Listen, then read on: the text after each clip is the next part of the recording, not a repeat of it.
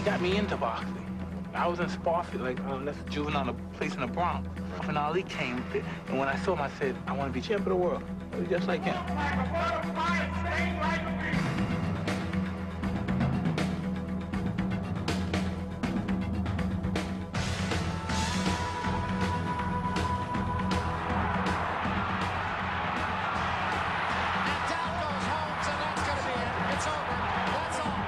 He was the street kid from Brooklyn who became Iron Mike. It was destined for him to win the title. That was being laid out when he was 13.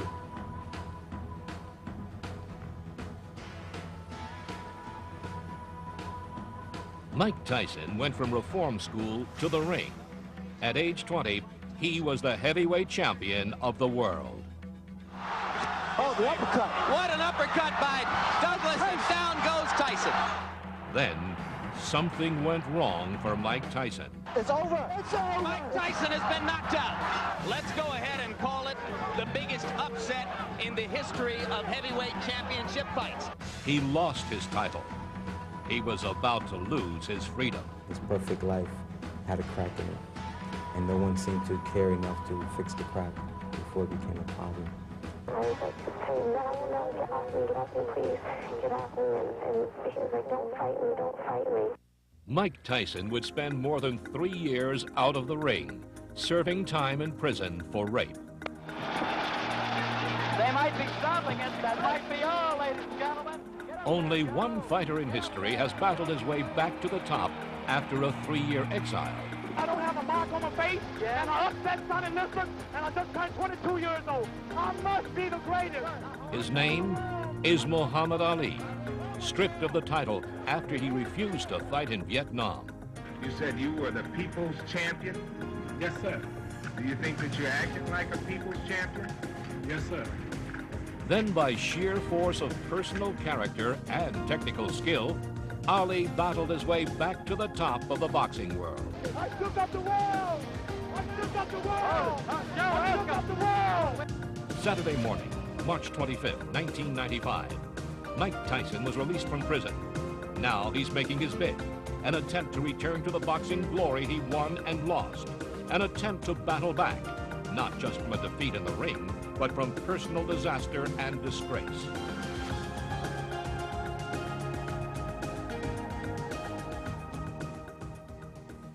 Muhammad Ali had been a brash but popular and well-known champion when he changed his name from Cassius Clay to reflect his conversion to Islam.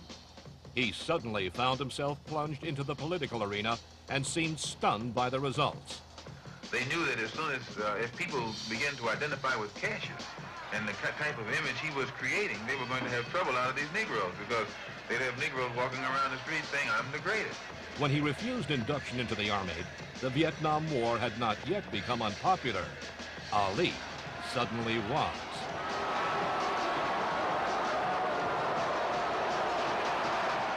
The governing body of boxing stripped Ali of his heavyweight championship.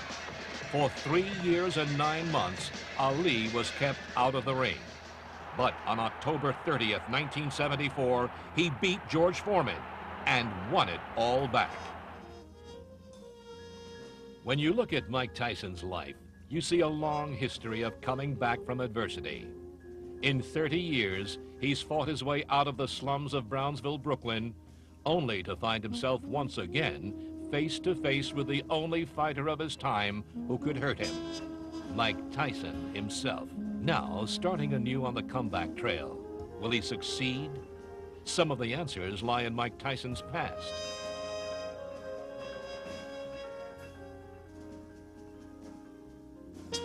On June 30th, 1966, Michael Gerard Tyson was born. His parents never married, and Tyson rarely saw his father. Young Mike Tyson was physically huge, but had a high-pitched voice and a lisp. The other children in the neighborhood picked on him mercilessly, taunting him, calling him Big Head Mike. You know, his background, where he come from was tough. He didn't have any money. He robbed food stands to eat sometimes, I would imagine, coming from that, you know, that surrounding. Eventually, his fists would bring him money and glory. But in the early days, his fists were weapons that won him survival. He probably started fighting as a matter of self-preservation as much as anything else. Perhaps it was for money or food. Perhaps it was rage born out of the teasing and taunting he'd endured. The people that say that I'm a bad kid, they never experienced things that I experienced. They lived in two different worlds. They couldn't understand. They're yet to steal a loaf of bread. And they say, why is this kid doing it? They just can't understand. From stealing food, Tyson graduated to muggings and robberies. He was arrested several times before he was even 12. Perhaps the real miracle of Mike Tyson's early years is that he wasn't killed before he even stepped into a ring. We used to take, you know, radios out of cars and take cars and do everything, like living in an atmosphere like that. So we used to have keys to all the hotels because we used to take them from the janitor.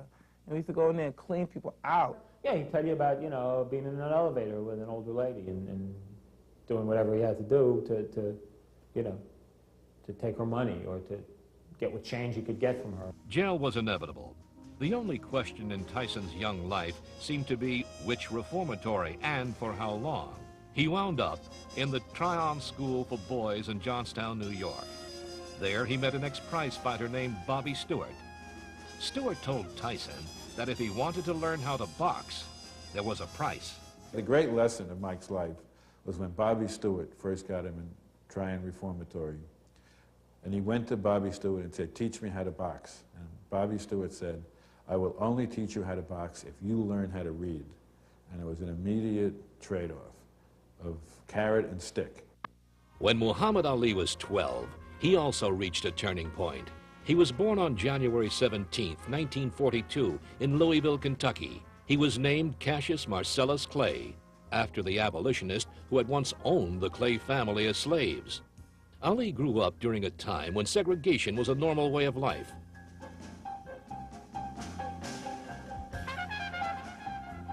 Demonstrations by African Americans against this system were just beginning as Ali began taking his first swings. But far from being in trouble with the law, Ali's first trainer was in fact a police officer. Cassius ran into Officer Joe Martin at a local gym when his bicycle was stolen.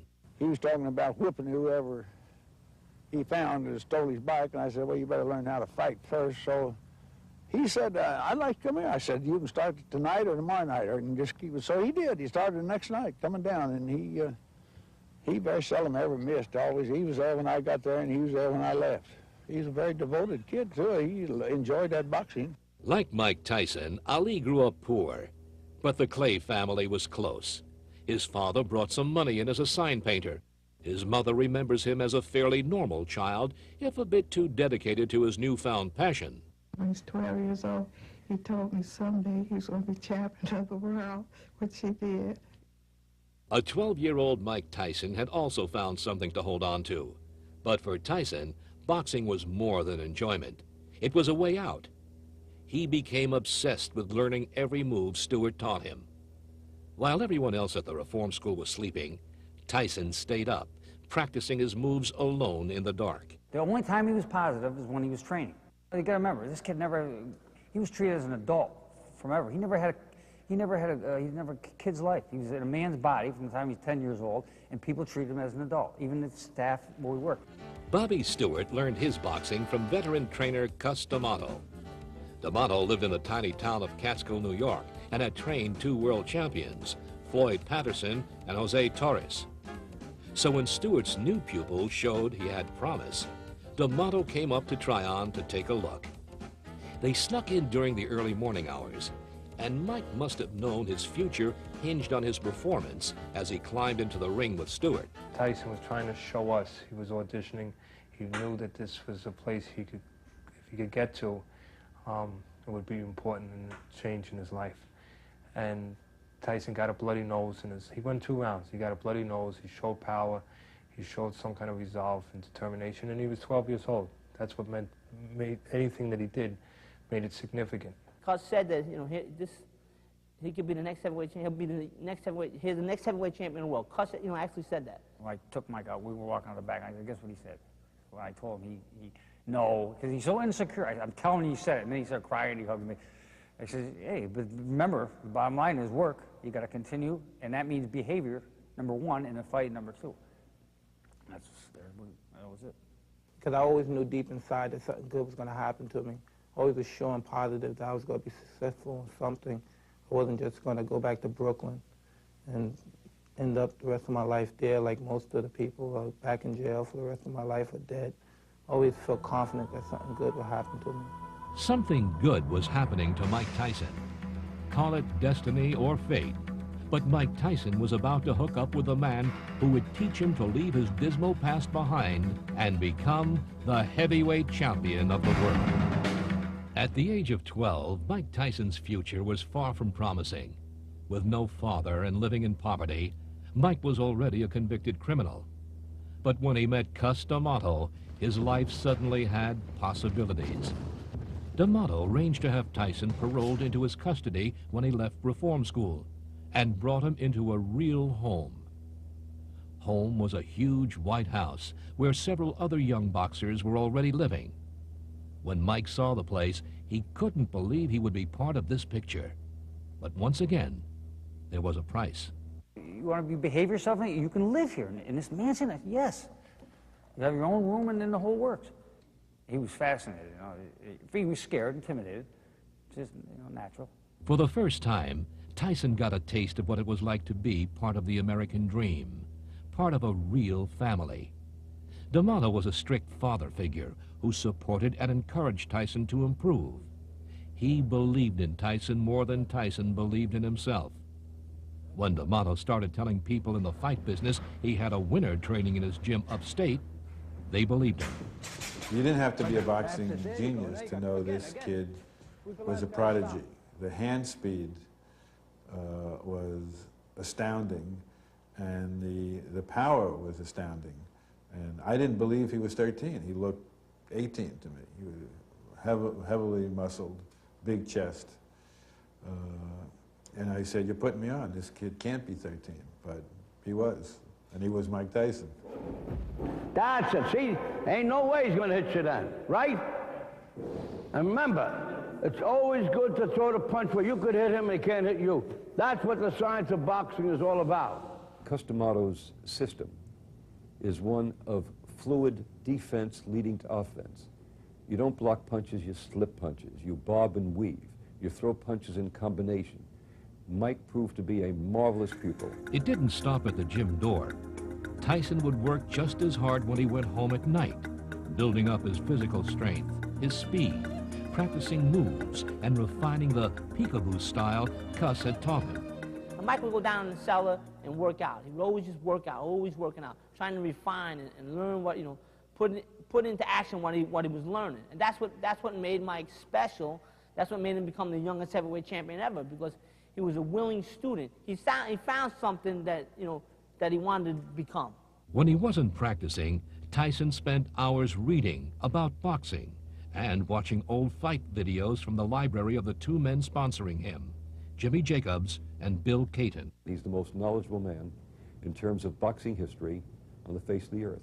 You show him a frame of a fight or a picture of a still, and he'll identify it, whether it's 1890 or 1910 or 1930 or 1960 or 70. Cus taught Mike more than the technique and history of boxing. He taught him how to turn his life around in the ring.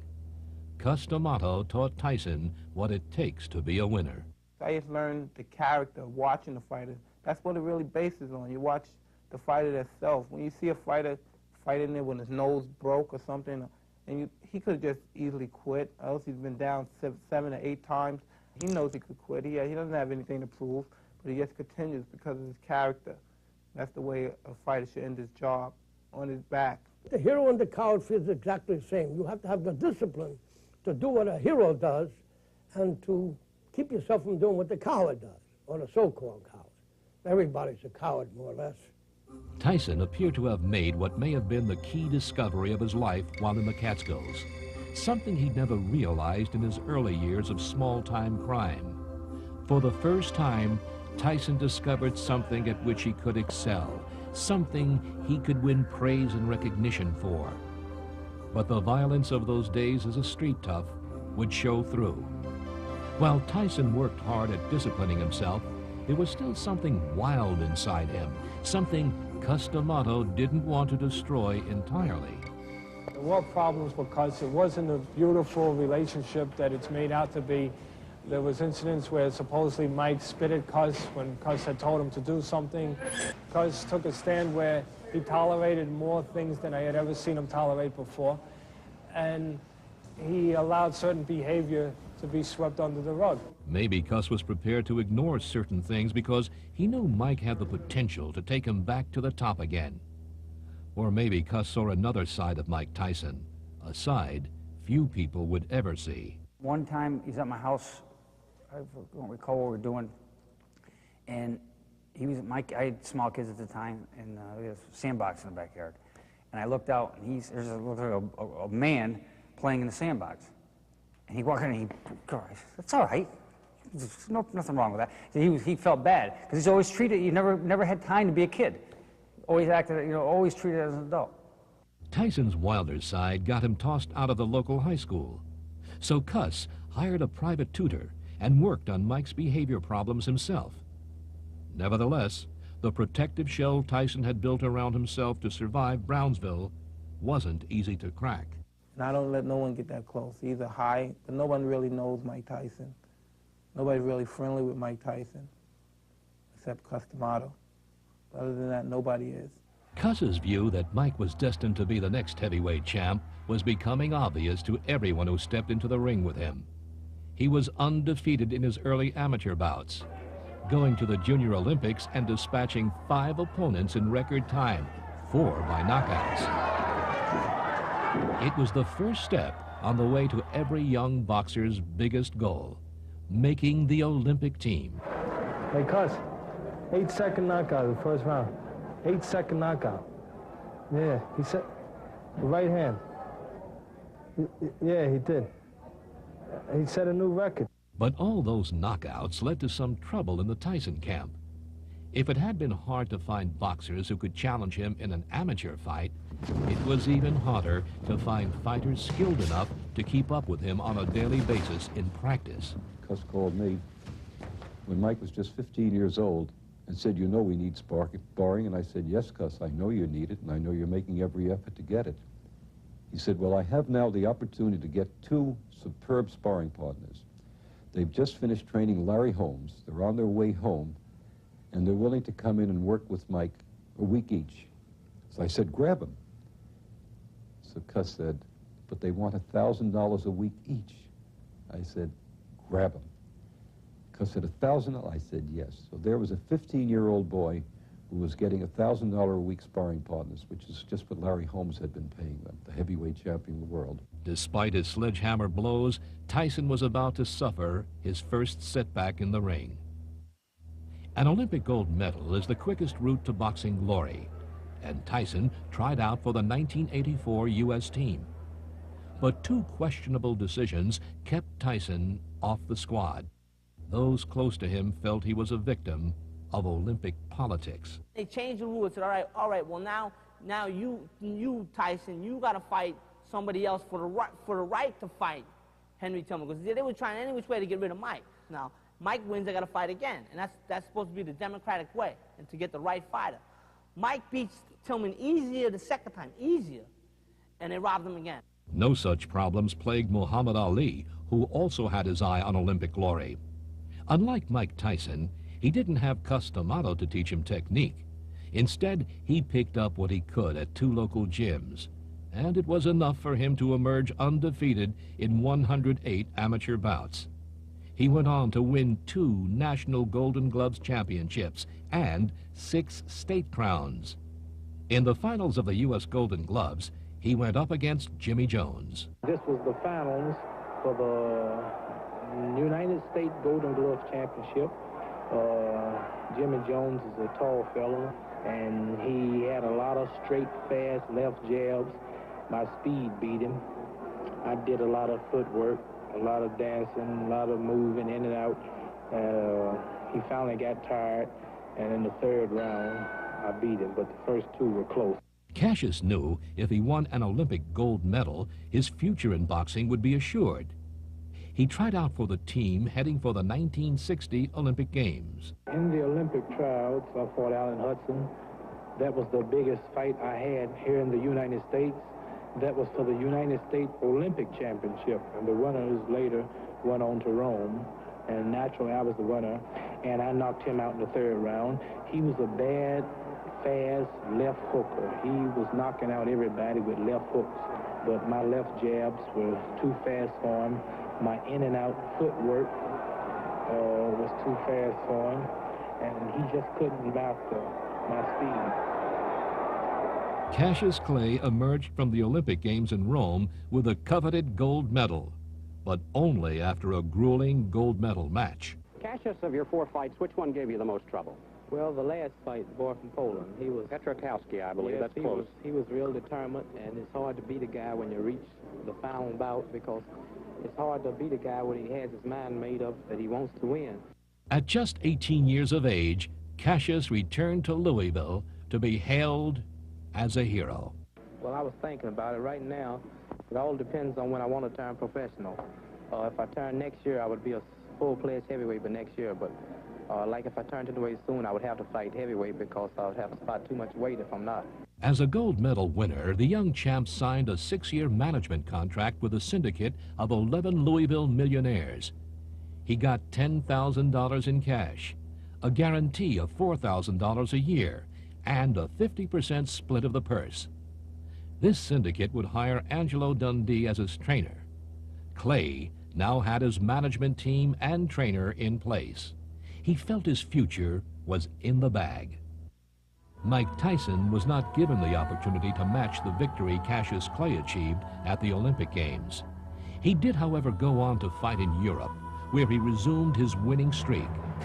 Upon returning to the U.S. from their respective battles, both fighters prepared for their first professional fights, the next step to the heavyweight championship of the world.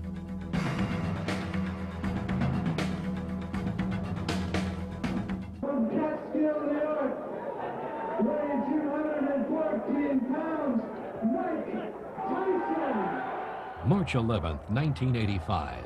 Mike Tyson was just 18 years old. After his failure to make the Olympic team, Tyson was making his professional debut against Hector Mercedes in Albany, New York.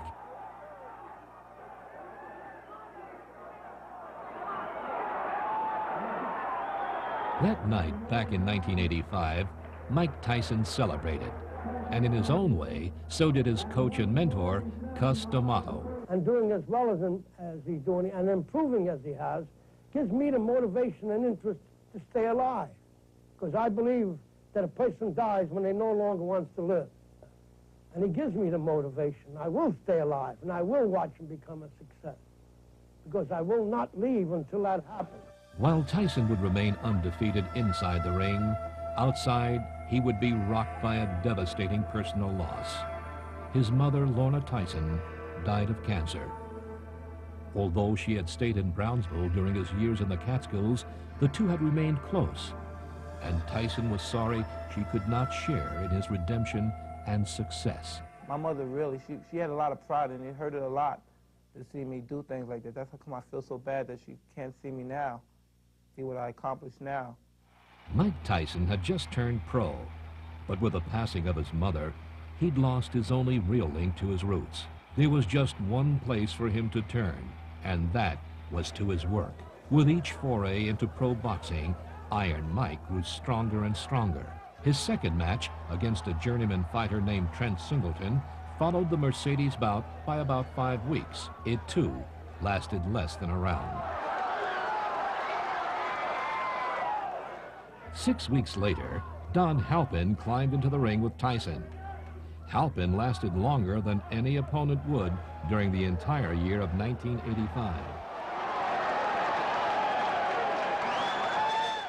When Cassius Clay began his professional career, he too fought nearly a fight a month, beginning against Tony Hunsucker on October 29, 1960.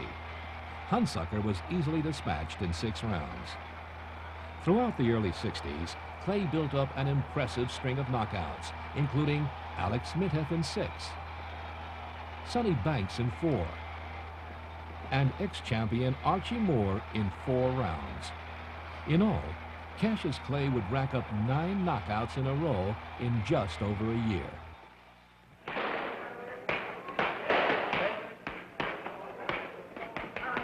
Cassius, how do you feel today? Pretty good. How you doing? I hear you met Don Juan today. How was he? Yeah. He wasn't too friendly. What do you have to say? He didn't even shake my hand. What are you going to do about that? Now you must fall. For both Clay and Tyson, their early fights were against modest journeymen who were little more than cannon fodder to allow the two future champs to rack up wins and gain confidence. Tyson was being handled by veteran managers Bill Caton and Jimmy Jacobs. Each opponent was very carefully selected by Cuss, Jim, and me to be not dangerous, but yet to give Mike a bit of a challenge. No one said to Mike Tyson that his opponents were beneath him, and chances are he wouldn't have even noticed if someone had. Tyson was busy learning the technical skills and the ring strategy he would need to become a champion. By the time he fought Michael Johnson, people were starting to talk about Tyson. He was still a youngster with no big fight exposure, but word was getting around. In fact, many of his opponents seemed beaten before they even put on their gloves. But he didn't even break a sweat. He may have to run around on the boardwalk a little bit. When Cassius Clay was Tyson's age, he too was gaining a reputation as the Louisville Lip. I don't care how small the ring is. I'll fight that chump in a telephone booth. I'll get him at the weigh-in.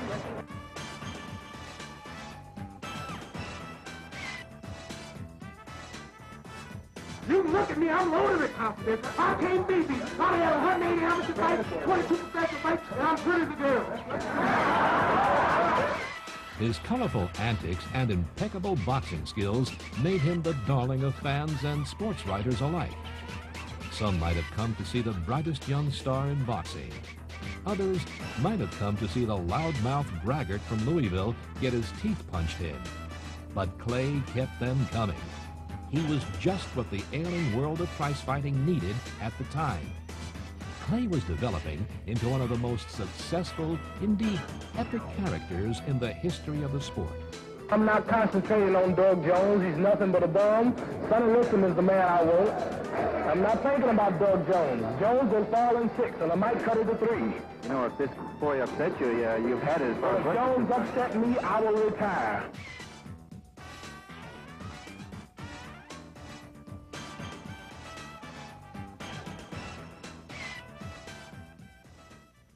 At that age, Mike Tyson was also developing, but in a very different direction. With the professional advancement came real personal growth for the former street punk. While training between bouts, Tyson seemed to flourish in the D'Amato household. After his mother died, Cuss became his legal guardian. The old Italian trainer and the youngster from Brooklyn had become far more than just teacher and pupil. He's like my father.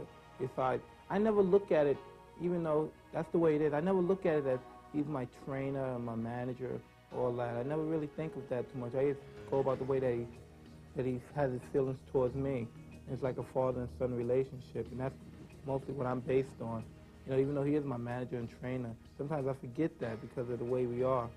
I am a professional, and as a professional, my judgments as a fighter are detached. I never allow my personal feelings to get involved, no matter how much affection I may have. But as I said before, you either gain or lose respect. And having watched him come from where he was to what he is, I can say honestly I have a very deep affection for him. I do. Because, and not only affection and admiration. Cuss D'Amato was 77 years old. He knew he had to move quickly if he was to see Tyson fight for the World Championship. In 1985 alone, Mike Tyson fought 15 pro bouts, an astonishing workload. All 15 ended the same way, in knockouts, and all ended before the 4th round. The Donnie Long fight was typical, even though some boxing writers at the time thought it might be a mistake to let the teenager go against the experienced Donnie Long. Tyson again, another one of those fresh youngsters, only 19 years of age. Long is 27. Oh, wow. Well, that was quick. Tyson putting him down here early in the first. Frank Cappuccino looking on closely. You see Long holding those gloves up to say he's all right, but is he? Here comes Tyson. Left hand again. Well, he nearly sent Long out of the ring with that left hook. Tyson. Oh, Long is down. Second time. another knockdown. There is no 3 knockdown rule, but the referee can stop it after 3 if he decides so. This is very impressive. Mike Tyson not expected to come out this strong against Long. 5 of 8 have fallen in the first. Is it 6 of 9 as Tyson comes out with a strong right-hand barrage again? This is as bad as I've ever seen Donnie Long look, but give Tyson credit. That's it. Wow. The left hand puts him down. He collapses, and this one is over as the doctors rush into the ring. Out of his last 11 fights, this was the 8th time Tyson had pounded his way to a win in the first round. But this win would stick with Tyson for a very long time. It was to be the last time that Cus D'Amato would ever see his young protege fight. The man who taught Mike Tyson how to fight his way out of the streets died on November 4th, 1985. Mike Tyson was one of the pallbearers, along with the other 2 men Cus D'Amato set on the road to the championship, Floyd Patterson and Jose Torres.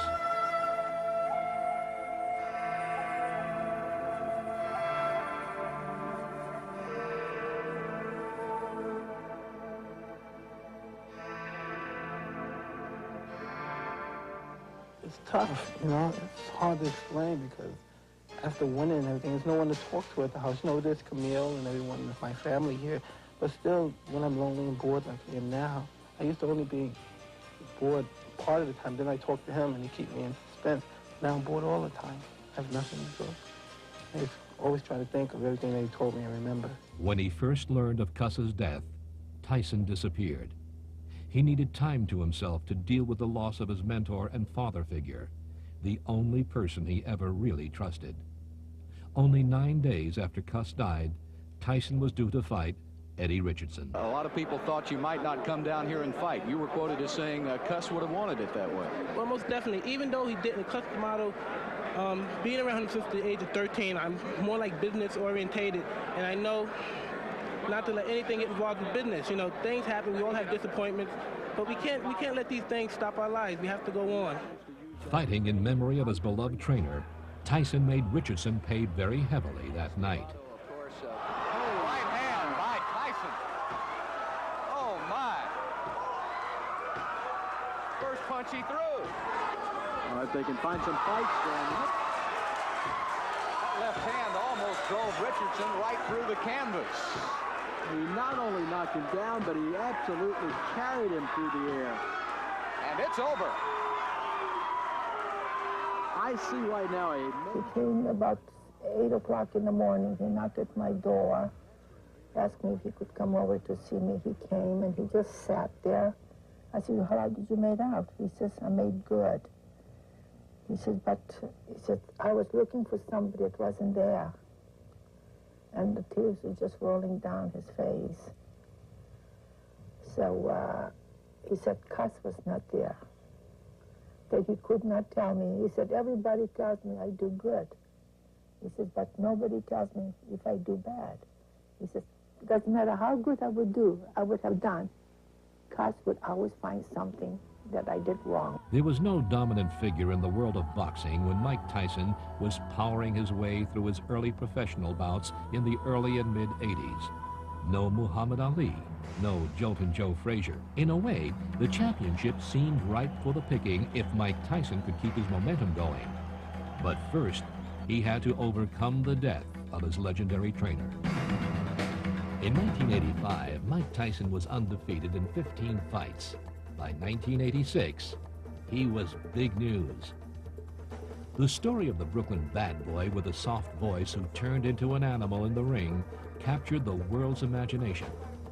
The championship had seemed his for the taking until he suffered the blow no one was sure he could overcome, the death of his trainer and surrogate father, Cus D'Amato. But Tyson still had one thing going for him. The team Cus had put together to bring Tyson to the top was still there. Co-managers Bill Caton and Jimmy Jacobs headed the organization.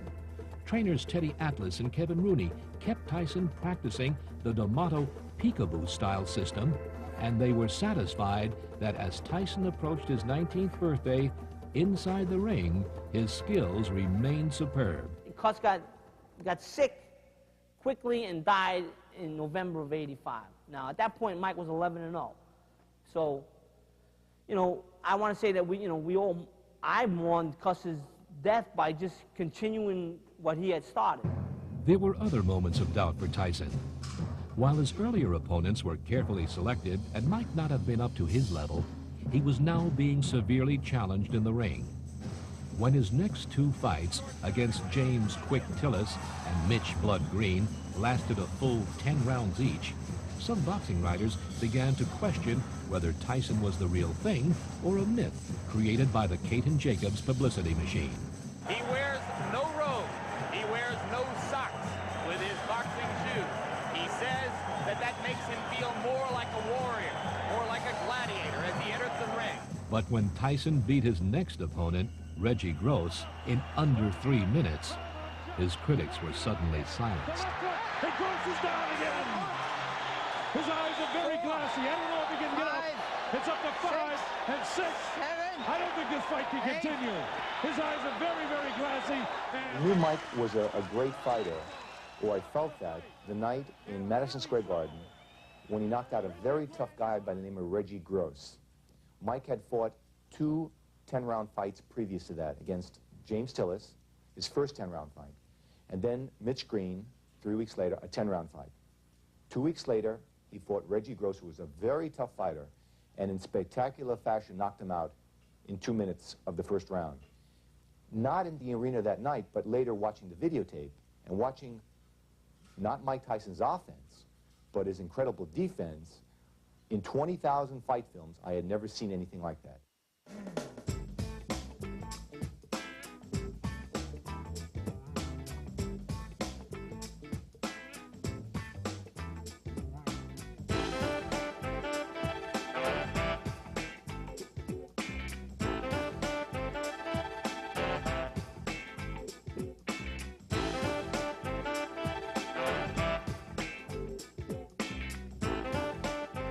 It was beginning to look as if Tyson would get his chance to fight for the World Championship. With 27 wins, no defeats, and 25 knockouts, the only question now was if Mike Tyson was mentally ready for his shot at the top. Team Tyson decided the answer was yes, and arranged a bout with the ranking heavyweight Trevor Berbick. It was an unprecedented opportunity. Never before had anyone so young been a serious contender for the belt of the World Heavyweight Champion. 20 years earlier, Cassius Clay was also trying to become the youngest heavyweight champion in history. I predict that by the end of 1963, I will be the youngest heavyweight champion in history. And the only reason I won't be is because this fella, Sonny Liston, would be ducking and dodging me. Most people believe that the current champ at the time, Sonny Liston, was a lock to win any prospective fight with Clay. Liston had just pulverized the previous champ, Floyd Patterson, in a title rematch, and was being hailed as boxing's next great champion. Who's going to win the fight? Yeah. Sonny Liston. I don't think you know what you're talking about. Listen, it's too powerful. I'll knock him out in the second round. I can't be scared of death. I beat him before the fight. You'd actually take him on before the fight? Beat him like I'm his daddy. But no amount of publicity stunts could convince the boxing community that Clay was for real. Most people gave little credence to his claim that he would beat Liston. One Liston. One Liston. Second round, Liston. Liston is 4. Walk like a butterfly, sting like a bee. Got too much mouth, Clay. Liston's all win.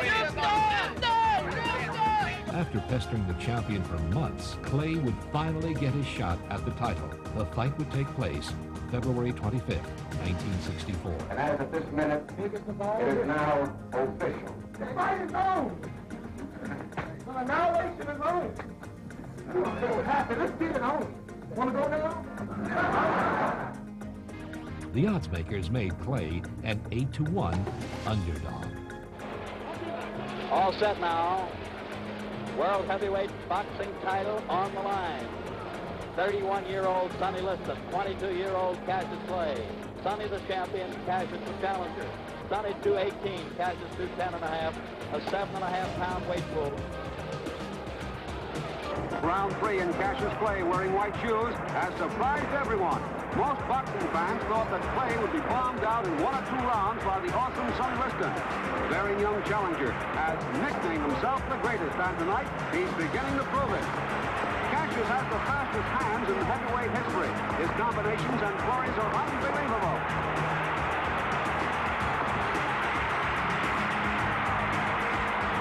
Liston can't catch the elusive Clay. All through this fight, Cassius has gripped that left hand into Sonny Liston's face. They might be stopping it. That might be all, ladies and gentlemen. Get up there, Joe. Get up there. Get up in the ring.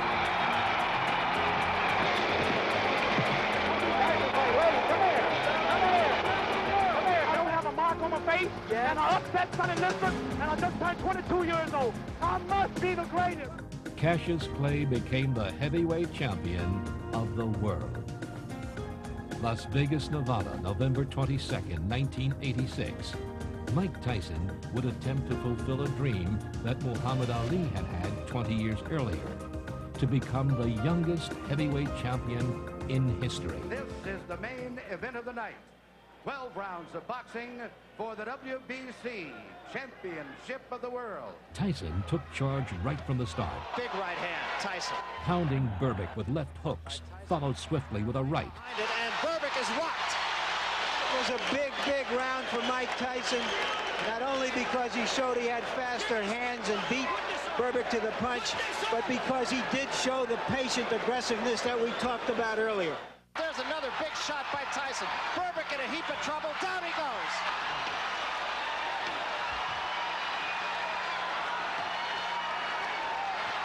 This one is going to be over, I believe. It's over. That's all, and we have a new era in boxing. Moments after being handed the championship belt, Tyson would dedicate the victory to the memory of his mentor, Cus D'Amato. Mike Tyson fought as perfect a fight as a man of his type of ability could possibly fight.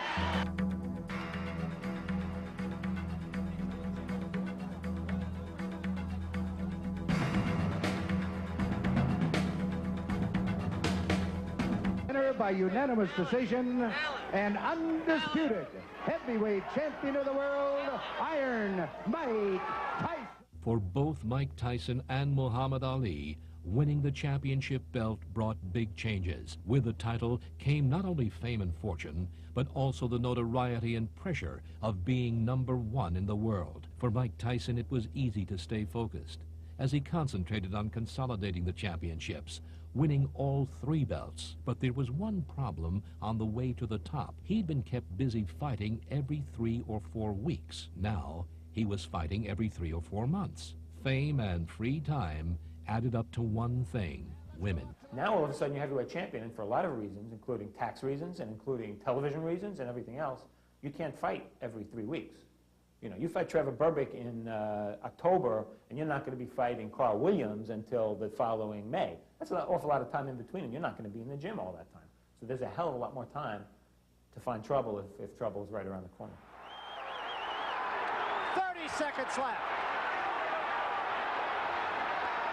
Tyson just looking for the one shot. Whoa.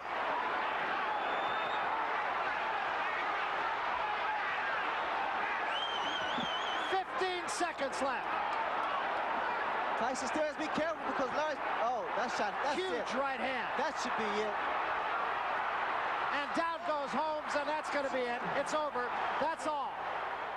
After Tyson's fight with former heavyweight champ Larry Holmes, it became obvious what a juggling act Mike's romantic life had become. Mike came to my office after the Holmes fight to thank me. He was happy, well-adjusted, because he had been going with 3 girls at that time: Suzette Charles, Miss America, Naomi Campbell, a great model, as well as Robin Gibbons. And I recognized the fact that if those 3 girls were together, first of all, they might not get along, and secondly, the press would have a field day. I put them in 3 different sections of the arena for the Holmes fight, separated them. So Mike came up to thank me for that and laughed about it. Imagine Team Tyson's shock when barely 2 weeks later, the mother of a young actress called Jimmy Jacobs and insisted that Mike marry her daughter, Robin Gibbons, immediately. Of course, I was astonished. And he said that Ruth Roper had said to him that the reason for this is that Robin is 3 months pregnant, and Ruth Roper insisted that they get married immediately. The road from the championship led to marriage for Muhammad Ali as well, but it was overshadowed by a much greater controversy. The day after his championship win over Sonny Liston, Cassius Clay revealed he was a member of the Nation of Islam, headed by Elijah Muhammad. He even changed his name from Cassius Clay to Muhammad Ali at the behest of his spiritual mentor. Cassius Clay is a name no more, is that right? Yes, sir. It's Muhammad Ali. Muhammad means worthy of all praises, and Ali means most high in the Asian African language. How long have you had the name? Well, for about 2 weeks now. Is there anyone special who gave you the name? Yes, sir. My leading teacher, the most honorable Elijah Muhammad. Many of Ali's fans were puzzled by the change in his political consciousness. The Nation of Islam was notoriously radical and segregationalist, and the preaching of its leader Elijah Muhammad elicited fear and outrage among many in the white community. I would not say the white man is a descendant of Satan, because that would be wrong. We didn't have a Satan before white man. So the white man is Satan himself. The charming underdog Cassius Clay was gone, and in his place was the avenging Muhammad Ali, leading the call for black power that was sweeping through the African-American community in the 60s. Fellow Nation of Islam minister Malcolm X had this to say about Ali. The power structure had successfully created the image of the American Negro as someone with no confidence, no militancy, and they had done this by giving him images of heroes that weren't truly militant or confident. And now here come Cassius, the exact contrast of everything that was representative of the Negro image. He said he was the greatest. All of the odds were against him. He upset the odds makers. He won. He became victorious. He became the champ. They knew that as soon as, if people began to identify with Cassius and the type of image he was creating, they were going to have trouble out of these Negroes, because they'd have Negroes walking around the streets saying, "I'm the greatest." In May of 1964, Ali visited Africa not only as a boxing hero, but as a spokesman for African-American Muslims. He was greeted by presidents and state officials alike. This is a golden Muslim mosque that was presented to me by the Islamic Council of all Egypt.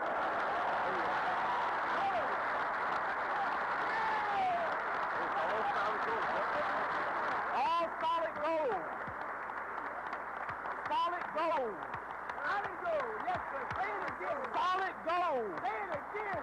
This mosque, I'm very honored, and I hope that he will receive it. This is a gift, our leading teacher, for waking all of us up, because we were in a bad state of condition before we heard him. After his trip to Africa, Ali came back to Chicago, where he was introduced to 23-year-old Sanji Roy. Although she was not a Muslim, she agreed to try and obey his religious code, and they married. With his new wife by his side, Ali laughed off charges his title had changed him. You think your personality has changed since you won the title? Well, I'm a little more relaxed and settled. As you can see, I have a pretty wife here, and I don't have to talk like I do. She don't like me too much, do you? She told me to be quiet. Why did you do that? Action speaks for itself. You didn't have to talk anymore. She said, I don't have to talk anymore. She don't like to talk either. She just likes to listen. Despite controversy over his conversion to Islam, Ali was on a boxing rampage as his rematch with Sonny Liston approached in 1965. His confidence was at its peak. They are now approaching us on their horses. What do you say, stewardess? You mean the plane is going to crash? Say a prayer, recite a Bible verse. Well, I don't know no Bible verse. Just do something religious. I'll take up a collection. You should be in Hollywood. I'm so pretty I should be chiseled and gold. Go. So you want the Bible? Please. Clay takes the lead at the start. As he did the night he won the title, Clay uses the ring, makes Liston look slow.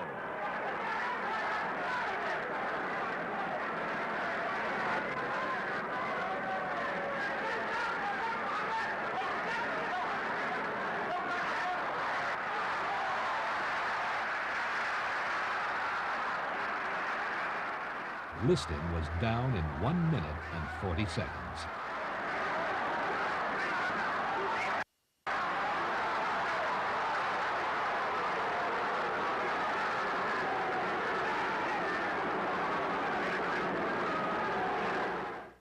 I couldn't tell whether or not the punch hurt.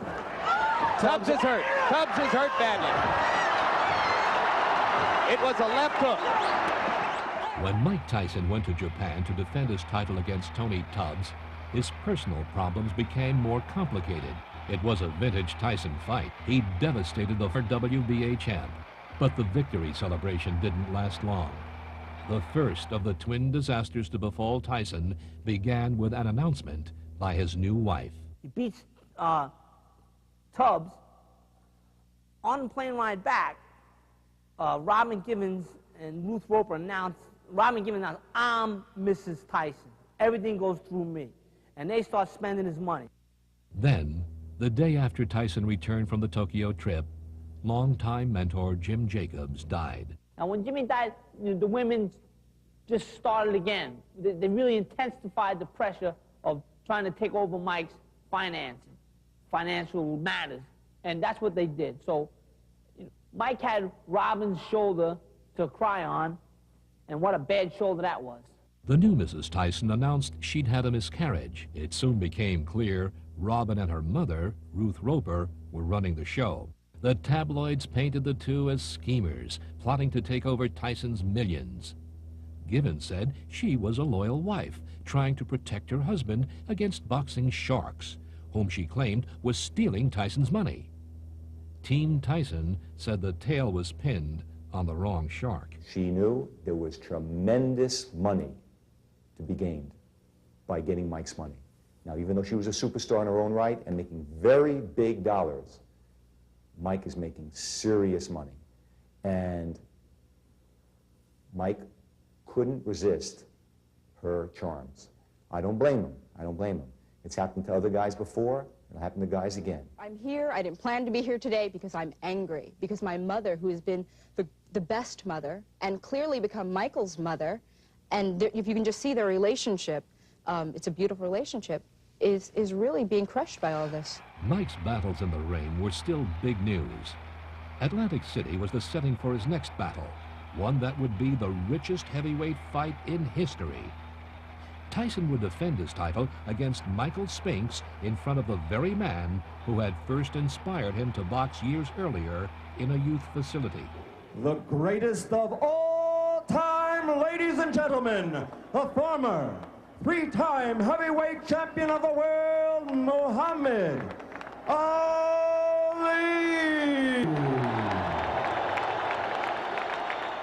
It was expected to be Tyson's biggest test yet, but Spinks was the one who looked frightened, with good reason. Tyson not afraid, as we expected, and Spinks ready to mix it up with him. Tyson along the ropes doing damage. Michael Spinks has to keep moving because every shot. Uppercut landed inside, and Spinks went down. It was the left uppercut. I was surprised. It was a body shot that put him to the canvas. And that is the first time Michael Spinks has ever been down in a professional fight. And he's down again, and in serious trouble. A right hand right on the chin. Well, he's not going to make it, and it's all over. The sensational victory over Michael Spinks had taken Mike Tyson exactly 91 seconds. For each of those seconds, he'd earned over $200,000. Some say this would be the high point of Tyson's boxing career. I think as a fighter, he reached his peak the night he knocked out Michael Spinks in 91 seconds. That night he was like Joe Louis against Max Schmeling or Muhammad Ali against Sonny Liston. He was invincible. And I think that was also the night he fired Bill Caton, broke with Kevin Rooney. And I think from that night forward, that night was the turning point of his life. That night he went with Don King. And after that, his boxing skills eroded and his character eroded. Manager Bill Caton's job was cut to a TV commentary role. sparking a court battle. Some believe Robin Givens and Ruth Roper were pulling the strings. Others who saw the Spinks fight say another force had come into play in Tyson's life. Promoter Don King. Whoever was running the show, it was about to become clear it wasn't Mike Tyson. For both Mike Tyson and Muhammad Ali, the turmoil happening outside the ring in their personal lives was about to do what no opponent had yet been able to accomplish inside the ring. Both Mike Tyson and Muhammad Ali found what was happening to them outside the ring was turning into a ride on a runaway train. Their personal lives made more news than their boxing. The headlines about Tyson became increasingly bizarre. Tyson and Robin Givens got into an argument while driving in his Bentley in New York City. Tyson jumped out of the car and told police officers to keep it. But Bill Caton arranged to get it back the next day. Then, Tyson got into a street fight with a fighter he had beaten in the ring. Mitch Blood Green, Tyson, ended up breaking his hand. That's right, you ask him. He's a young, dumb knucklehead that got to ask his wife for permission to do whatever he do. You understand what I'm trying to say? On September 4th, 1988, Tyson crashed Robin's BMW into a tree. Gibbons almost got into a brawl with photographers as Tyson was unloaded from the ambulance. The guy a break, okay? Give him a break, damn it. Give him a break. Give the guy a break. Give him a break. Take it easy, lady. See, he was a very warm and friendly person, and he changed entirely, and that was Robin. In fact, early in his marriage, he and I would talk on the telephone, and one day I was talking to him, and he was very, very warm and friendly, and suddenly his voice changed, almost as though someone stabbed him in the back. His voice changed entirely. I said, Mike, what happened?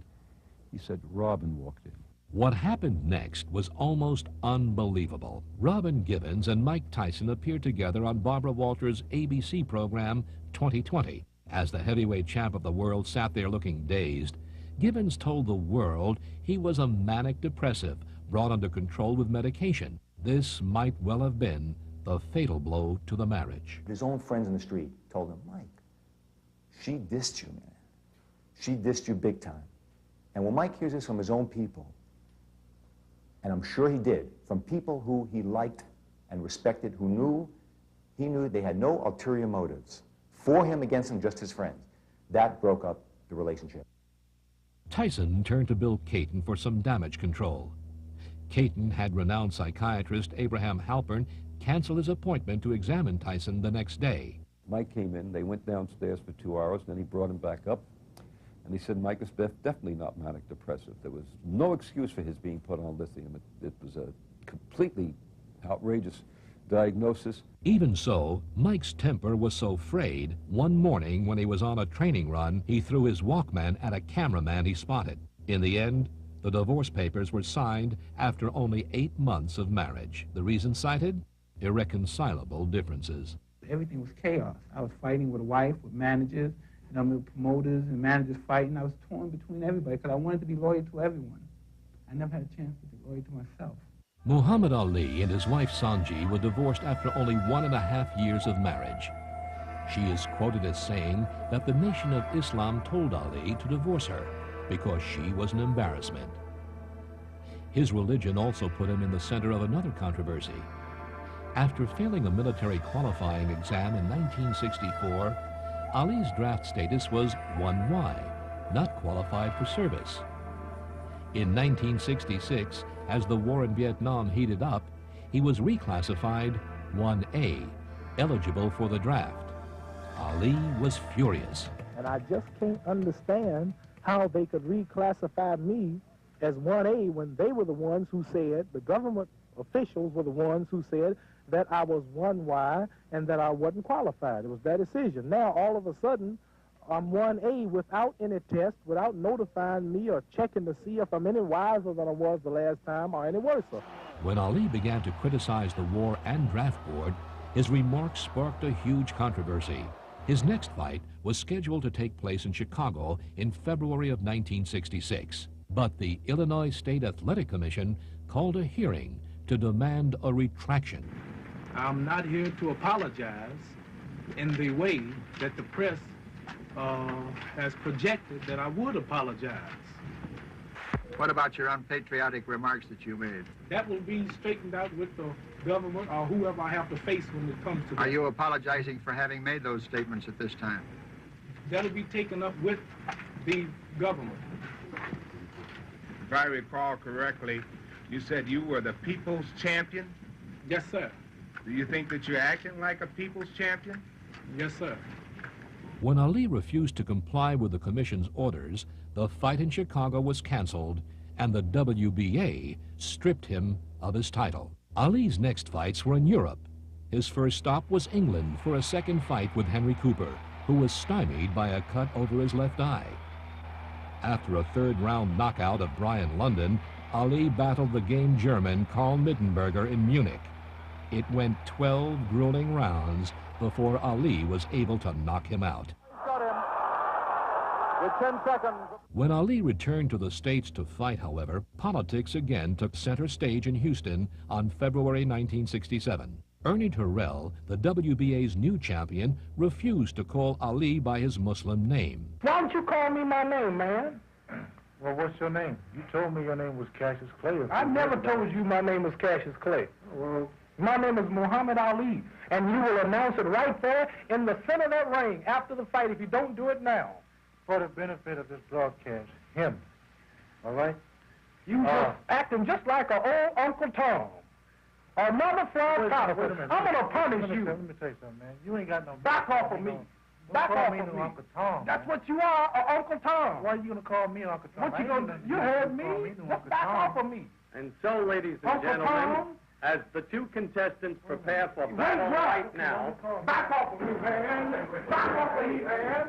Another interview has been recorded for posterity. And the two gentlemen continue. Uncle Tom. Perfect, that's it.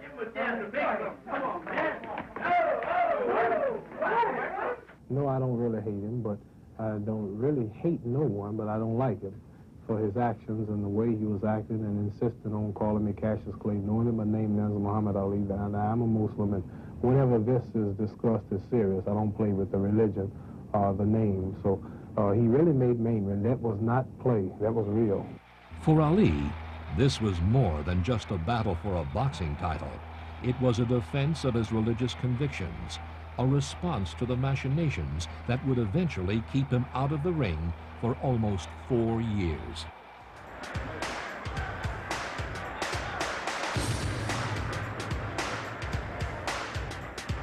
Champion Muhammad Ali, an endlessly moving target, never still for a moment. Ali is out to show Terrell and the world that there is only one heavyweight champion, and that there is no heavyweight in the world that he can't play with. Ali is taunting the challenger.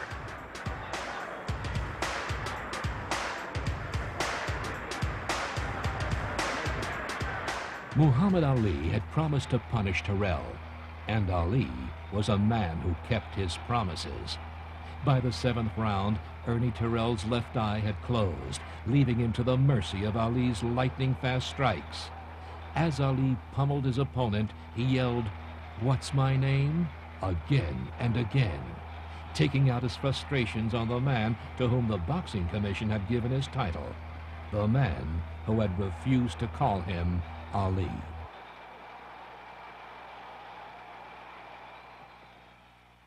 Mike Tyson was facing different pressures. He was still the champ, but Robin Givens was gone, and so was everyone who helped put him on top. Cus D'Amato and Jimmy Jacobs died. Bill Caton and trainer Kevin Rooney were fired. Now, he was a Don King man. Don King is probably the greatest con man of all time. He makes Fingali look like a rank amateur. He maintains his control because on the other side of the coin, we must give him credit for what he is. He is a brilliant promoter. Undoubtedly the most brilliant promoter going back to Tex Rickard. And he works very hard. And he is a really tremendous businessman. He is smart, he is sharp. He could have succeeded without being the con man that he is. He would have succeeded possibly even better. February 25th, 1989, Mike Tyson fought his first bout under his new management and training team headed by Don King. He beat underdog Frank Bruno. But Tyson no longer seemed invincible.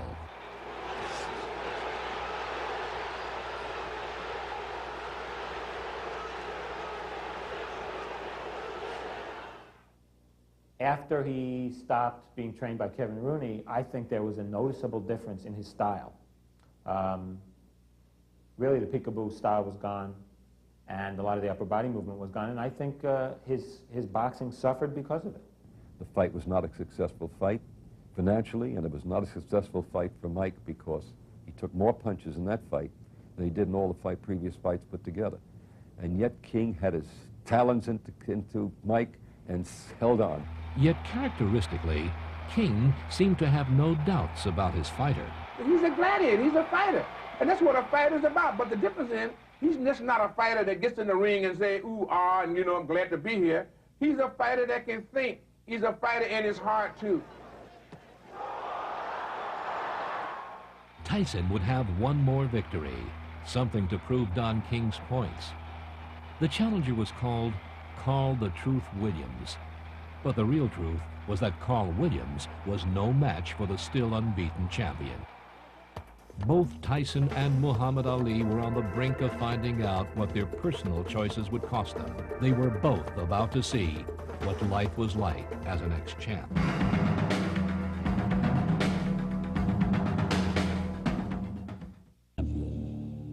The challenger, the champion, the challenger. The next fight Don King arranged for Mike Tyson was in Tokyo with a supposed no-hoper named James Buster Douglas. There were disturbing signs before the Buster Douglas fight. Tyson looked lethargic in training and was floored by sparring partner Greg Page. But the smart money had it rated as an easy fight for Tyson. After all, the champion had a 37-fight win streak. But in the Tokyo Dome that Sunday lunchtime in Japan, Mike Tyson's boxing world fell apart. Finish things in the uppercut. What an uppercut by Douglas, and down goes Tyson. 2, 3,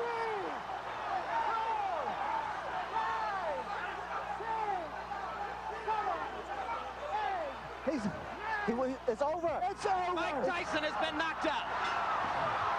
It is my belief that Tyson, when he got to Japan, who was fat and out of shape, starved himself, literally starved himself, so he would not look ridiculous, fat. And as a result of that, I believe he was very weak.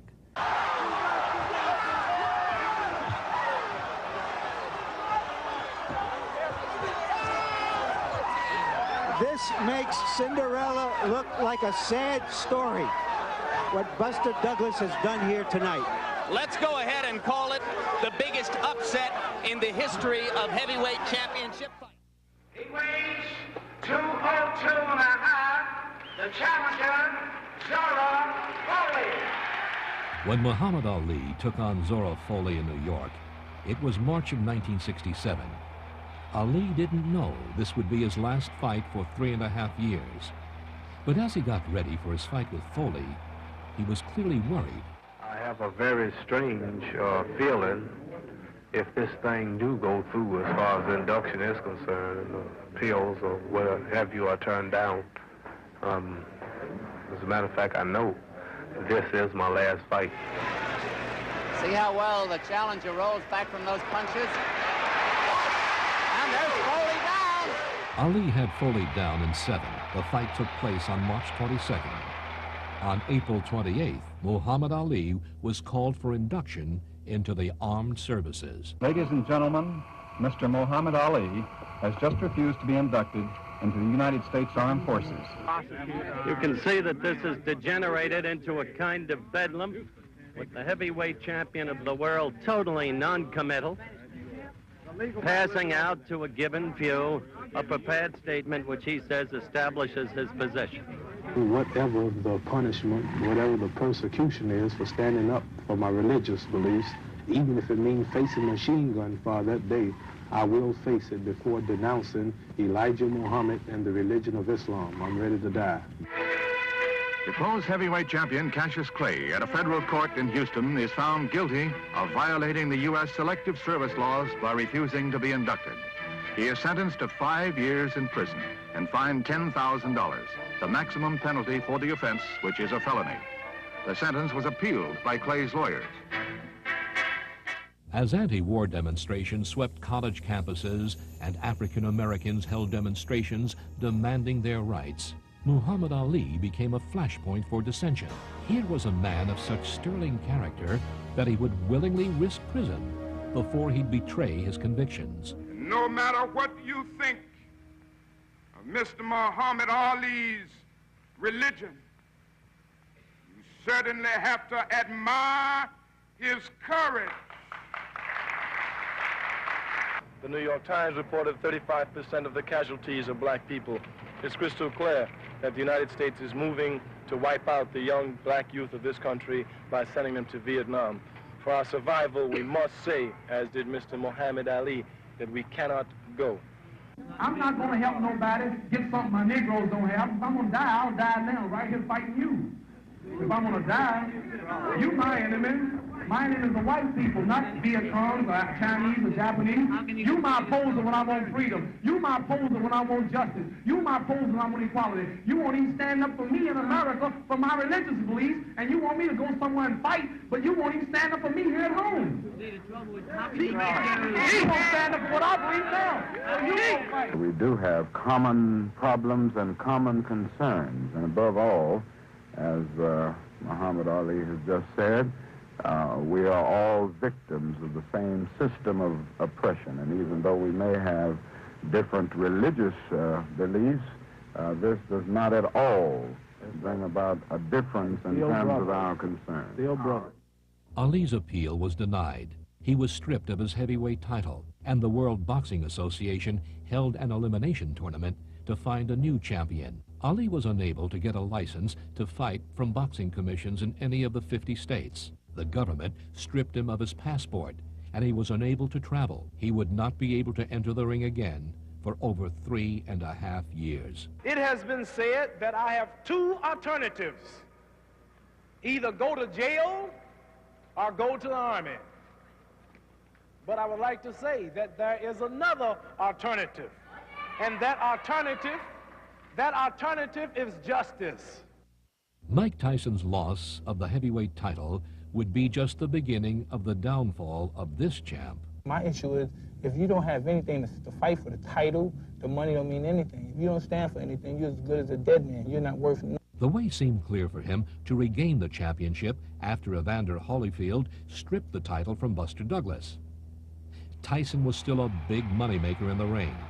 But if his personal life as a champ was rocky, life as an ex-champ was even worse. They began to hang out with drug dealers, big-time drug dealers, in the rap music world where there's a lot of belligerence and antisocial attitude, around with Don King where there's all kinds of criminals and guys cutting corners, and that environment began to, I think, erode all the good work that had been done during the years with Cuss and Steve Lott and Kevin Rooney. Tyson escaped back into the ring, facing an unknown named Alex Stewart. Tyson really letting the punches go, and that's it. 3, 4, 5, 6, 7, 8. That's it, brother. A few months later, it was back to Las Vegas, where Tyson was expected to face his first real challenge since he lost the championship belt. As it turned out, Canadian Donovan Razor Ruddock wasn't much of a challenge. But the way the fight ended started a huge controversy. Just about everyone in boxing was enraged when the referee stopped the fight in round 3. A rematch was set up at the Mirage Hotel in Las Vegas. But Tyson's pre-fight antics seemed a foreshadowing of the trouble to come. I come out of bed with girls to fight you. There's something you can't buy in that class, and you don't got none of that. You're sweet. Make sure you kiss me good with those big lips. Tyson's image as a clown grew when he showed up at a press conference on a stretcher. There were reports he had thrown a toaster at Don King. No, man, you threw the toaster at me, man.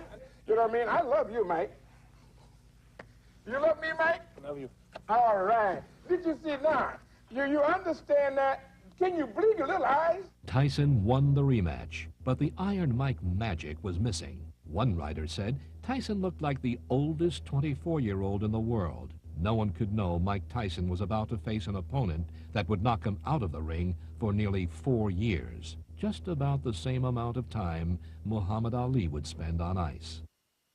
Mike Tyson may have lost some of his sparkle, but he was still bringing in big money. He was now in position to take back the title from Evander Holyfield. If he could, it would have been boxing's first $100 million fight. Don King told Tyson he wanted him to polish up his image before he took on Holyfield, and sent him to the Miss Black America pageant in Indianapolis. It was there that someone finally dealt Mike Tyson the blow he could not recover from. Her name, Desiree Washington. She was a contestant in the Miss Black America pageant. They went out on a date. She went back to Mike's hotel room, and then charged Tyson with rape. I was like, hey, no, get off me, please, get off me. And he was like, don't fight me. And the person was a lot stronger than I was, and he just did what he wanted. And I was saying, stop, please, stop. And he just didn't stop. And, okay, now who's wrong? Tyson told a grand jury the only thing he'd done wrong was not treating her nicely after the two had sex. I said, I want to be me and you. I want to be with you alone. I said, I want you. You said, I want to be me and you alone. Yeah. I want you. Yeah. Okay, what did she say? She said, okay, just call me. Did you say anything else? No, I had to leave. On February 10th, 1992, the jury of 8 men and 4 women found Mike Tyson guilty of rape. On March 26th, he was sentenced to 10 years in prison, 4 years suspended to be served on probation. Tyson seemed to take it in his stride. Don can't tell Mike, I hired the lawyer that put you in jail. I hired Vincent Fuller. I hired the lawyer that all of the appeals court judges in Indiana said, Mike, we'll give you an appeal based on the ineptitude of Vincent Fuller. But unless you say that, Mike, we can't give you an appeal. Mike was very carefully programmed by Don to say, take responsibility, Mike. Show the world you're a man.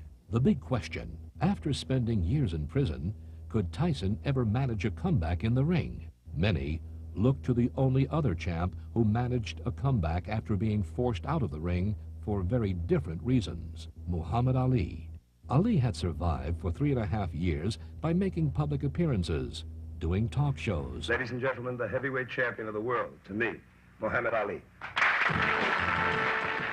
Opening a fast food chain and selling his autobiography. Random House had no difficulty today getting 9 camera crews and about 100 reporters and photographers to a news conference to announce his autobiography.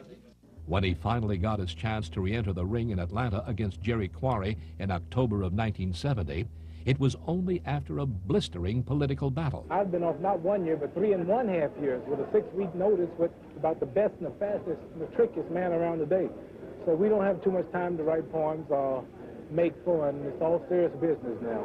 Ringside here from Atlanta, Georgia, where tonight there are 5,000 fans packed into this arena, anticipating a great fight, and primarily to see the return of a great heavyweight champion, Muhammad Ali, or as, of course, most all of you know him, Cassius Clay.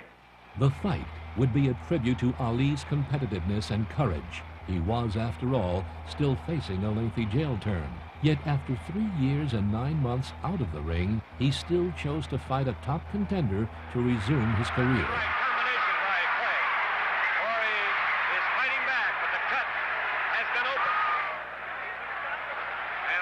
Is calling for the doctor. Quarry is upset about it. That's trying to hold him back. Ali, now determined to regain the title, picked the number 3 contender, Oscar Bonavena, as his next opponent. It went 15 rounds before Ali was able to knock him out. 1:30 left in the fight.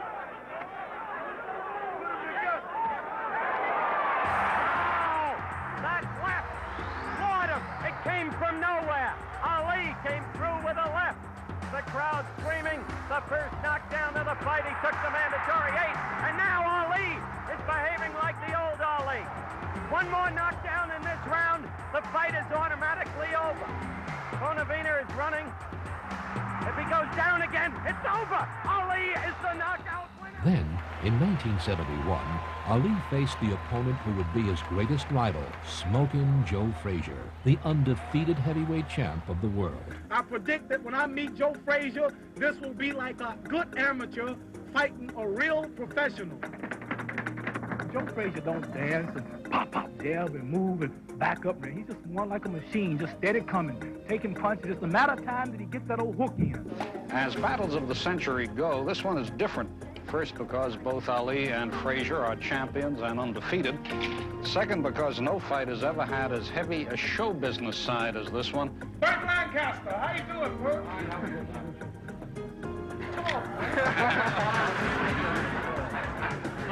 I think I'll stop him inside of 10 rounds. Get sick and tired of Joe Frazier, the heavyweight champion of the world. Clumsy, ugly, flat-footed Joe Frazier. I'll show you what a real champion is.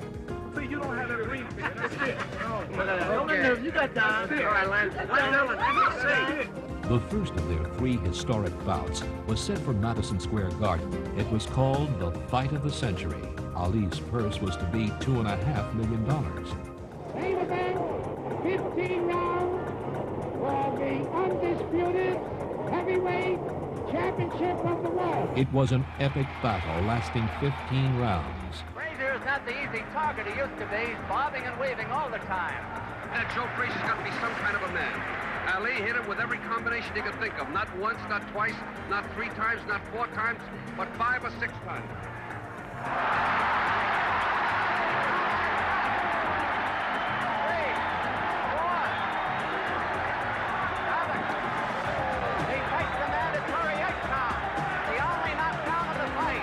But Ali lost in a decision. It was the first loss of Ali's career.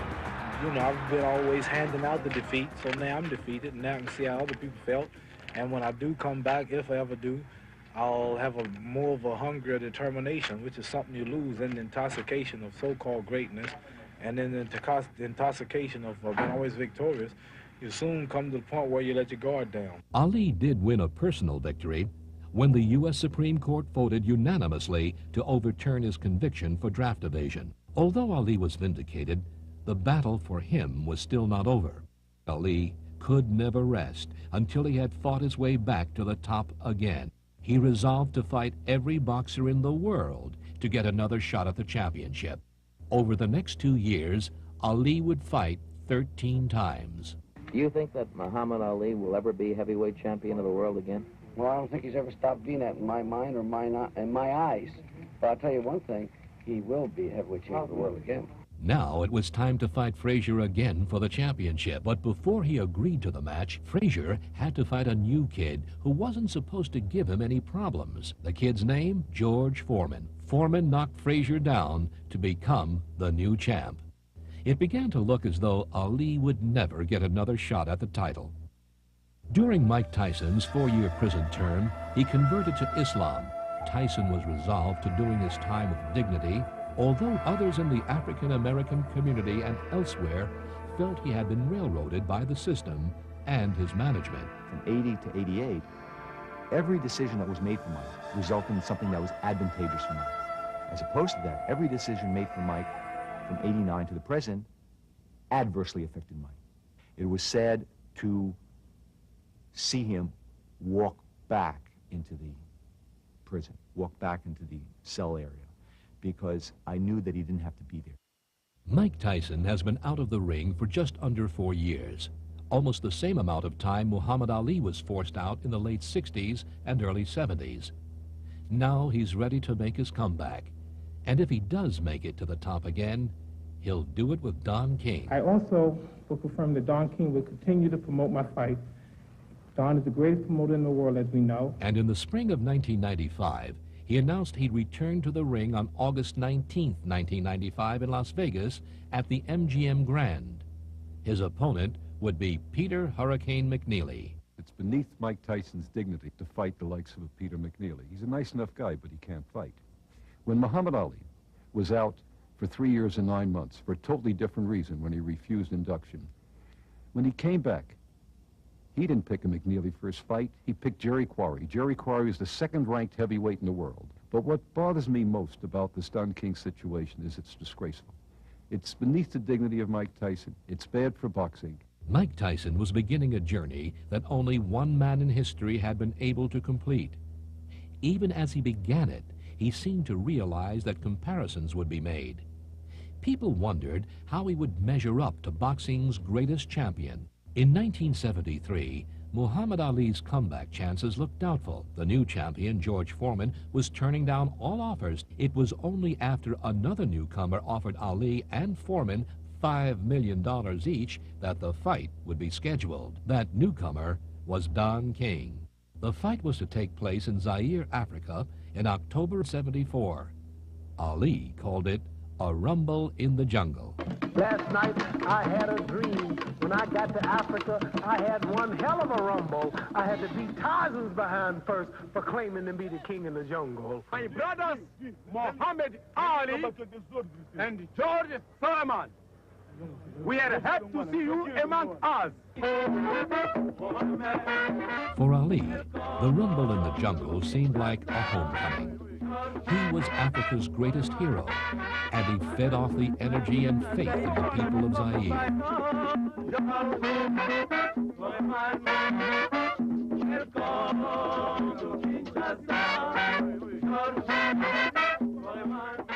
For Foreman, the event was a nightmare.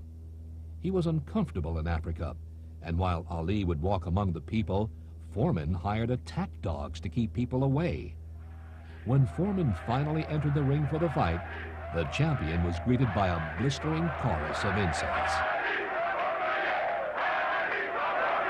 And Ali is getting the people to chant, Ali Boumaye. That means Ali kill him. There's the sight at ringside. Ali taunted Foreman with his newly perfected rope-a-dope style. Ali sits back in the ropes and tells Foreman to come in. Look at him whispering in the ear of Foreman. It was a dangerous strategy against a powerful puncher like Foreman, but round after round, Ali took all the punishment Foreman could offer and returned it. This time he worked over the shoulder of Foreman.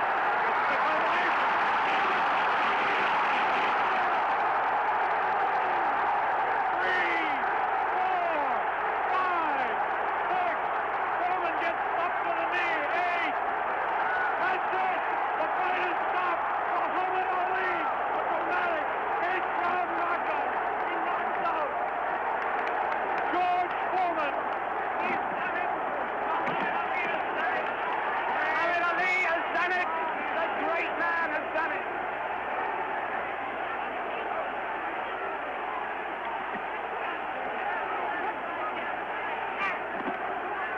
This is the most joyous scene ever seen in the history of boxing.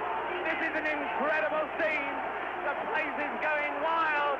Muhammad Ali has won. Muhammad Ali has won by a knockout. I did my best. I came here to fight. I talked the talk.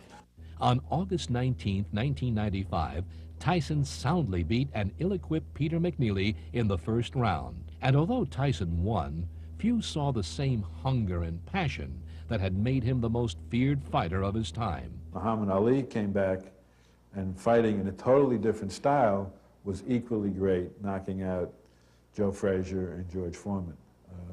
With Mike, we don't know. For 3 years, he hasn't boxed one round. And the reason I believe that he can be great again is that when he gets out of prison, if he comes back to Kevin Rooney and learns, relearns, because he's a marvelous pupil, the Customato system, he can go on to true greatness. He can go on to becoming one of the greatest fighters of all time. The key is the emotional makeup. What's happened over the last 3 years in prison? And that's only something he can answer. Ali was out 3.5 years, a little longer than Tyson, and Ali depended on finesse and reflexes. Tyson's style has a better chance of coming back. He depends on speed and power. So he has a better chance. He won't be eroded. He won't be hurt as much by the time off as an Ali was. And there's no great dominating guy there right now. So he's going to have a shot. Two great fighters, two different lives. Each man deserves his place in the lore of boxing, if for different reasons. Muhammad Ali is perhaps the most beloved athlete in the world.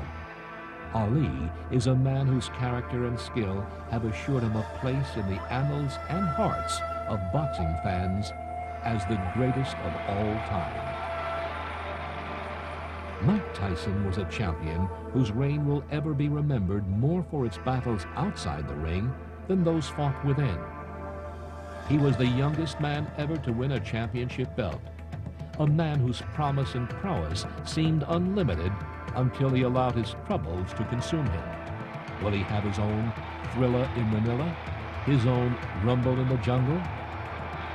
Certainly the great champions of the past will be watching as he makes his bid for redemption, his bid to escape the shadows of his predecessors.